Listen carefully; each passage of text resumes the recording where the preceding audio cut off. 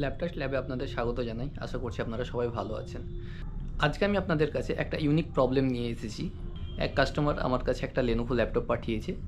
Lenovo IdeaPad Ryzen 5 এর processor আছে।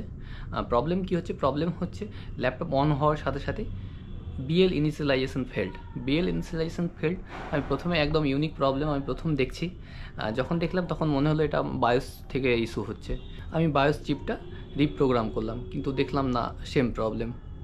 Bias প্রোগ্রামের পরেও যখন দেখলাম সেম প্রবলেম, তারপরে ফিজিক্যালি বোর্ড ওপেন করে দেখলাম কোথাও ড্যামেজ আছে বা কিছু। সব কিছু ঠিকঠাক চেক করার পর মনে হলো না, সব কিছু ঠিকঠাকই আছে, বায়োস থেকেই প্রবলেম।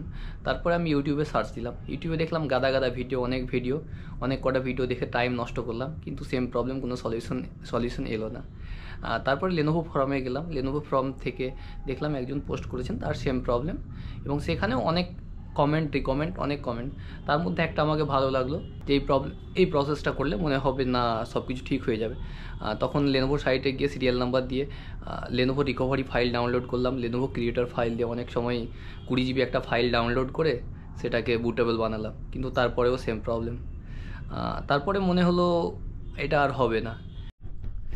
তখনই ভাবলাম এটা প্রবলেম আমার দ্বারাই সলিউশন হবে না, তো আমি এটা ছেড়ে দিই। ভাবতে ভাবতে মাথায় মনে হলো এটা যখন বায়োস থেকে প্রবলেম নয়, তাহলে অবশ্যই প্রসেসর থেকে প্রবলেম আছে। আর প্রসেসর সেকশনটা চেক করতে লাগলাম। দেখলাম সেখানে একটা ছোট্ট ক্যাপাসিটার ড্যামেজ আছে। ক্যাপাসিটারটা কী করতো? ক্যাপাসিটারটা একটা 3 ভোল্ট একটা ভোল্টেজ প্রসেসরকে সাপ্লাই দিত।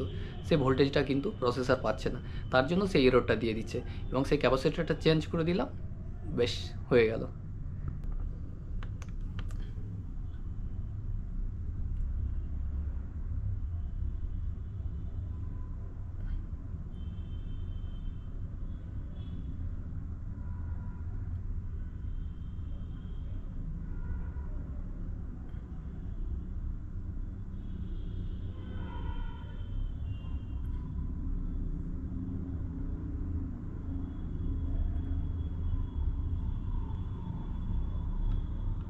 আপনারও সেম প্রবলেম হলে অবশ্যই কমেন্ট করুন। ভালো লাগলে অবশ্যই লাইক শেয়ার করবেন। ধন্যবাদ।